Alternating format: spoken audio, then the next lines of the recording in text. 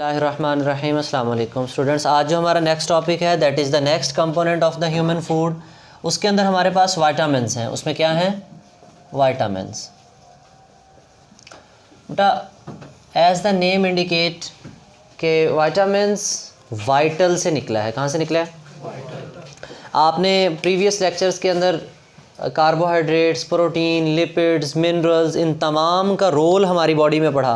आपने पढ़ा कि मेजर मिनरल्स हैं तो उनका क्या रोल है हमारी बॉडी में, ट्रेस मिनरल्स हैं उनका क्या रोल है, हम प्रोटीन खाते हैं तो किस लिए खाते हैं, हम कार्बोहाइड्रेट खाते हैं तो किस लिए खाते हैं, हम लिपिड्स लेते हैं तो उनका हमारी बॉडी में क्या रोल है। बिल्कुल इसी तरह वो कहता है कि जो वाइटामिन्स हैं these are actually required in very much small quantity. ये ऐसे ऑर्गेनिक कंपाउंड्स हैं। मिनरल्स क्या थे? इनऑर्गेनिक। मिनरल्स क्या थे? इनऑर्गेनिक। और वाइटामिन्स क्या हैं? ऑर्गेनिक कंपाउंड्स हैं। क्या है? Which are required in very minute quantity. बेटे माइन्यूट किसे कहते हैं? थोड़ी मिकदार में चाहिए। But are the necessary. थोड़े चाहिए लेकिन ज़रूरी चाहिए। थोड़े चाहिए लेकिन अगर ये नहीं होंगे तो फिर बहुत सी क्या हो जाएंगी हमें बीमारियाँ। विटामिन ए नहीं मिलेगा हमें पूरा तो उसकी कमी हो जाएगी। उसकी कमी की वजह से मुख्तलिफ बीमारियाँ हो जाएंगी। तो कहता है कि हमारे पास वाइटामिन्स ऑर्गेनिक कंपाउंड्स हैं। क्या हैं? और ऐसे ऑर्गेनिक कंपाउंड्स हैं जो कैसी कितनी मिकदार में चाहिए? थोड़ी। लेकिन कैसे चाहिए? ज़रूरी चाहिए बॉडी में। अगर बॉडी में नहीं होंगे तो उनकी वजह से क्या हो जाएंगी? Disease, deficiency disorders, deficiency disease हो जाएंगी। क्लियर? तो ये तो आपके पास जनरल वाइटामिन्स की डेफिनेशन है। उसके बाद आपकी बुक में टाइप्स हैं जो यहाँ पे आपको आपका जो स्मार्ट सिलेबस है उसमें आपको सिर्फ टेबल बताया गया कि आपने टेबल याद करना है, अदरवाइज़ आपके पास उसकी टाइप्स हैं। बेटे 2 टाइप्स हैं हमारे पास वैसे वाइटामिन्स की ना। हम कहते हैं कि ये 2 किस्म के होते हैं, या तो वाटर सॉल्युबल हैं या फैट सॉल्युबल हैं। क्या हैं? Fat soluble. वाटर सॉल्युबल कौन कौन से हैं? विटामिन बी एंड सी। इसके अलावा जो भी विटामिन है, ए है, डी है, ई है, के है, ये तमाम जो विटामिन्स हैं ये सारे के सारे क्या हैं? Fat soluble. ये क्या है? अब फैट सॉल्युबल का मतलब आपने सुना है, ये जब बंदा बूढ़ा हो जाता है तो वो विटामिन डी के जो है ना वो हड्डियाँ मजबूत करने का इंजेक्शन पीते हैं लोग दूध में डाल के, दूध के साथ। तो दूध में क्या होती है? फैट। तो विटामिन डी उसमें हल हो जाता है। विटामिन डी उसमें तो वो इंजेक्शन लेते हैं। जिनको किसी को हड्डियों का प्रॉब्लम हो, घर में कोई मतलब बूढ़ा दादा दादी, नाना नानी हो, अम्मा अब्बा जी हों, तो वो लेते हैं हड्डियों की मजबूती के लिए, या उनको किसी भी किस्म का जो है ना वो प्रॉब्लम है जॉइंट्स का या बोन्स का। तो बेटे वाइटामिन्स की 2 टाइप्स हैं, वाटर सॉल्युबल एंड ऐसे विटामिन्स जो किस में हल हो जाएं? वाटर में हल हो जाएं तो वो क्या हैं? Water soluble. और वो कौन कौन से विटामिन है?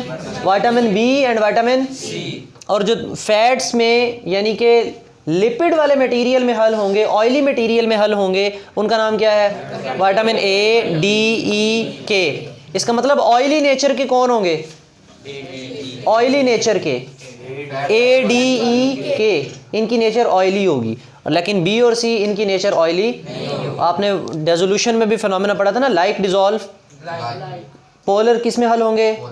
Non polar. इसका मतलब ये नॉन पोलर है। फैट्स नॉन पोलर होती हैं। फैट्स क्या होती हैं? इसका मतलब ये नॉन पोलर है। इनमें थोड़ी सी पोलैरिटी है इनमें, इसलिए ये किस में हल हो रहे हैं? तो वाटर भी क्या होता है? पोलर होता है। वाटर भी क्या होता है? इसलिए पोलर पोलर में हल होंगे, नॉन पोलर नॉन पोलर में हल होंगे। यहाँ तक बात समझ में आई? आज हमने सिर्फ इनमें से 3 विटामिन्स इनकी डिटेल डिस्कस करनी है और इतनी ज़्यादा डिटेल नहीं है आपके पास इस लेवल पे। आपने विटामिन ए के बारे में पढ़ना है, इसके सोर्सेज क्या हैं, इसके फंक्शंस क्या हैं हमारी बॉडी में, अगर इसकी कमी हो जाए, डेफिशिएंसी हो जाए तो उससे डिजीज़ या उसकी अलामात क्या हैं। ठीक है? अब सबसे पहले हम देखते हैं विटामिन ए को, और ये 3 है, vitamin A, C and D. बेटा विटामिन ए जो है इसके सोर्सेज क्या हो सकते हैं? सबसे पहले आपके पास मेन सोर्स जो है ये ऑयली नेचर के हैं, तो ये फ़िश लिवर ऑयल से, जिसको हम कॉड लिवर ऑयल भी कहते हैं, उससे हमें मिलता है। किसे मिलता है? फ़िश से या कॉड लिवर ऑयल से, या हम इसको लिवर ऑयल कह देते हैं, या लीवर से कह दो। किसे कह दो? लीवर से मिलता है। ठीक है? इसके अलावा हमारे पास कुछ ग्रीन वेजिटेबल से, कुछ ग्रीन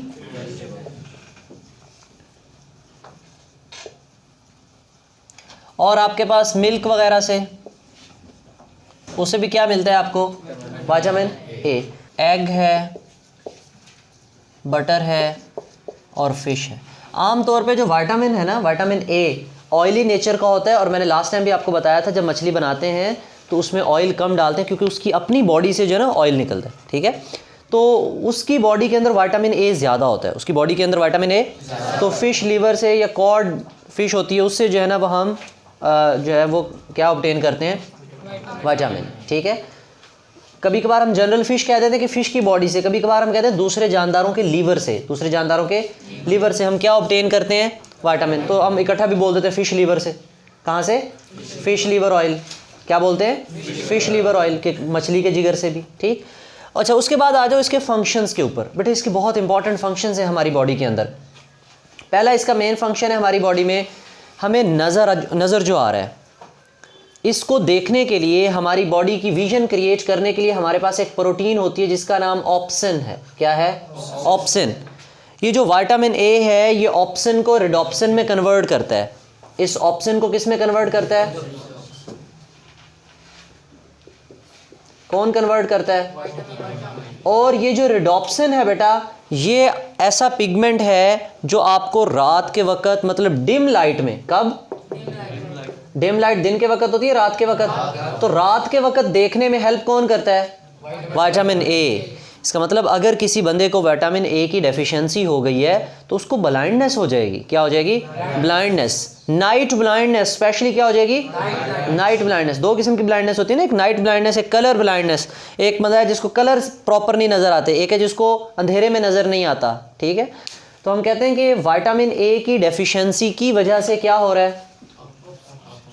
ऑप्सिन रिडोप्सिन में ये मैकेनिज्म है, अगर डिटेल से पढ़ते तो आपको बता दिया जाता, लेकिन अभी सिर्फ आपने ये याद रखना है कि नाइट ब्लाइंडनेस, इसका फंक्शन पता चल गया। पहले तो आपको क्या फंक्शन है इसका? ऑप्सिन को किस में कन्वर्ट कर रहा है? अगर डेफिशिएंसी हो जाएगी तो क्या होगा? ब्लाइंडनेस। सिंपल हम लिख सकते हैं क्या हो जाएगा? ब्लाइंडनेस, या नाइट ब्लाइंडनेस भी लिख सकते हैं, ठीक है। इसके अलावा हमारी बॉडी के अंदर डिफरेंट और भी केमिकल रिएक्शंस हैं जिनको प्रोसीड होने के लिए किसकी ज़रूरत है? विटामिन ए की ज़रूरत है। विजन इन किस वक्त? डिम लाइट में देखने के लिए हेल्प करता है। कैसे देखने के लिए हेल्प करता है वो मैंने आपको मैकेनिज्म बता दिया। ऑप्सिन को किस में कन्वर्ट करता है? रिडोप्सिन में। इसके अलावा ये हमारी बॉडी की क्या भी करवाता है? ग्रोथ भी करवाता है। क्या करवाता है? इसका मतलब हमारी ग्रोथ के लिए भी क्या चाहिए? विटामिन ए चाहिए। अच्छा, इसके अलावा हम कहते हैं कि सेल डिफ्रेंशिएशन, सेल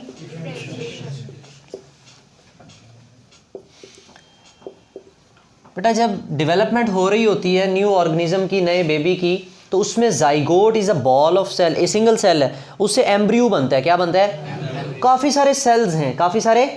अभी उन सेल्स को नहीं पता कि किसने क्या काम करना है, किसने दिमाग बनना है, किसने जनाब उसकी स्किन बनना है, किसने उसके इंटरनल ऑर्गन्स बनना है। बात समझ आई?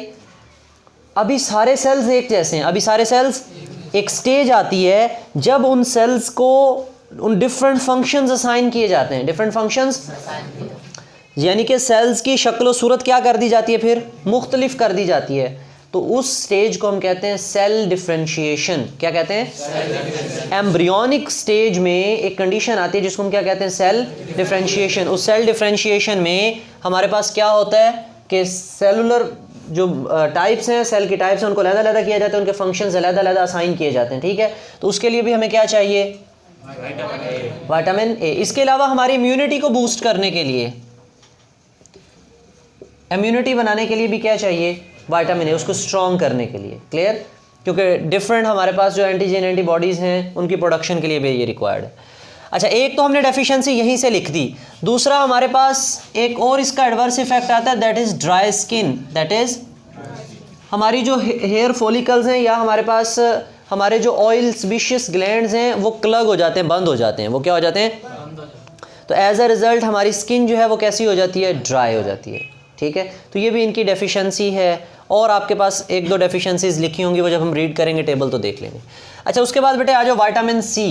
हमेशा मैं बच्चों को याद करवाता हूँ, सी है तो सिट्रस फ्रूट से याद रखना है। कहाँ से याद रखना है? सिट्रस फ्रूट से। सिट्रस फ्रूट से। सिट्रस किसे कहते हैं? खट्टे। अब खट्टे फ्रूट्स कौन से होते हैं? ठीक है, गुड। ऑरेंज है, ग्रेप्स हैं, लेमन है, ETC। ये सारी की सारी मतलब जो भी फ्रूट्स हैं जिनमें थोड़ी सी खटास है, ठीक है, जो थोड़े से खट्टे हैं, इसका मतलब उनमें एस्कॉर्बिक एसिड है। विटामिन सी का दूसरा नाम क्या होता है? Ascorbic acid. तो ये विटामिन सी है, क्या है, किस में होता है? सिट्रस फ्रूट में। विटामिन सी से सिट्रस फ्रूट। इसका मेन फंक्शन क्या है बेटा विटामिन सी का? The main function of the vitamin C is, ये हेल्प करता है in the formation of collagen. In the formation of, बेटा कोलेजन एक प्रोटीन है। कोलेजन क्या है? ये फाइब्रस प्रोटीन है जो हमारी कनेक्टिव टिश्यू को बिल्ड करने के काम आती है। किसको बिल्ड करने के काम आती है? किसको बिल्ड करने के काम आती है? Connective tissue. हमारी बोन्स, हमारे कार्टिलेज, हमारे इवन के ब्लड सेल्स, ये सारी की सारी कनेक्टिव टिश्यूज हैं, ठीक है। तो कनेक्टिव टिश्यू को बिल्ड करने के लिए क्या काम आती है? कौन सी प्रोटीन काम आती है? तो कोलेजन बनाने के लिए क्या चाहिए? कहते हैं अगर विटामिन सी की डेफिशिएंसी हो जाए, विटामिन सी की, तो कोलेजन तो बनेगी लेकिन इतनी अच्छी कोलेजन अनस्टेबल होगी, तो लिहाजा हमारे मसल्स की उतनी अच्छी स्ट्रेंथ, उतनी अच्छी मजबूती नहीं होगी। हमारे कनेक्टिव टिश्यूज, अब मसल्स की क्यों मजबूती नहीं होगी? क्योंकि जो हमारे मसल्स हैं वो हमारी बोन्स के साथ जुड़ रहे हैं, tendons and ligaments connective tissue के टाइप्स हैं, तो उनको बनाने के लिए क्या चाहिए होता है? विटामिन। जब नहीं होता तो उसकी वजह से डिजीज होती है स्कर्वी। कौन सी डिजीज होती है? स्कर्वी। ये स्कर्वी एक ऐसी डिजीज है जिसमें जो मसल्स बनते हैं या कोलेजन प्रोटीन बनती है वो अनस्टेबल होती है, वो जिसके नतीजे में हमारे मसल्स क्या हो जाते हैं? कमज़ोर हो जाते हैं। मसल्स क्या हो जाते हैं? कमज़ोर हो जाते हैं, वीक हो जाते हैं, ठीक है। इसके अलावा विटामिन सी आपने अभी कोरोना में सुना होगा कि ये किसके काम भी आता है? इम्यूनिटी बूस्टर के तौर पे भी लेते हैं हम, इम्यूनिटी इन्हांस करते हैं, ठीक है। तो ये इसके मेन फंक्शन है। इसके अलावा छोटे छोटे और भी डिफरेंट फंक्शंस हैं, वो आपकी बुक ने यहाँ पे एक्सप्लेन नहीं। एक और इम्पॉर्टेंट फंक्शन है आपकी बुक में कि जैसे आपके पास नया कोलेजन बनेगा, आपको कहीं ज़ख्म लग जाता है, कट लग जाता है, तो वहाँ पे दोबारा मसल्स को ग्रो करवाना है, वहाँ पे दोबारा स्किन लानी है, वहाँ पे दोबारा फाइब्रस टिश्यूज़ ला के उसको कवर करना है। तो वो कहता है कि आपको कहीं ज़ख्म लग जाए, वॉन्ड हो जाए, तो उसकी हीलिंग के लिए, उसकी हीलिंग के लिए, हीलिंग ऑफ वॉन्ड के लिए जो है वो विटामिन सी जो है वो हेल्प करता है, हीलिंग ऑफ वॉन्ड्स के लिए, ठीक है, क्लियर। अच्छा, लास्ट में हमारे पास विटामिन डी। क्या है? बेटा ये वो विटामिन है जो नेचुरली हम सनलाइट से ले सकते हैं। कहाँ से ले सकते हैं?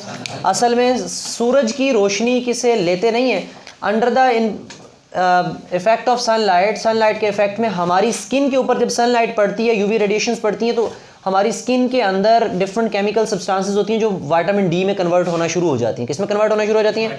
विटामिन डी में। इसका मतलब इसका सोर्स क्या है? कहाँ बनता है? हमारी स्किन में बनता है। किसकी मौजूदगी में बनता है? सनलाइट की मौजूद। सर्दियों में हम सन बाथ लेते हैं ना, धूप में बैठे होते हैं, ठीक है, तो क्या कर रहे होते हैं हम? विटामिन डी बनवा रहे होते हैं। क्या बनवा रहे होते हैं? Vitamin D. इसके अलावा इसके एनिमल और प्लांट सोर्सेज भी हैं, डिफरेंट एनिमल से भी हम इसको ऑब्टेन करते हैं और डिफरेंट प्लांट से भी विटामिन डी को हम ऑब्टेन करते हैं, ठीक है। अच्छा, इधर आ जाओ ज़रा, फंक्शन क्या है विटामिन डी का? बेटे विटामिन डी, अभी कुछ देर पहले मैंने आपको बताया था फैट सॉल्युबल पढ़ाते हुए कि विटामिन डी कौन लेता है?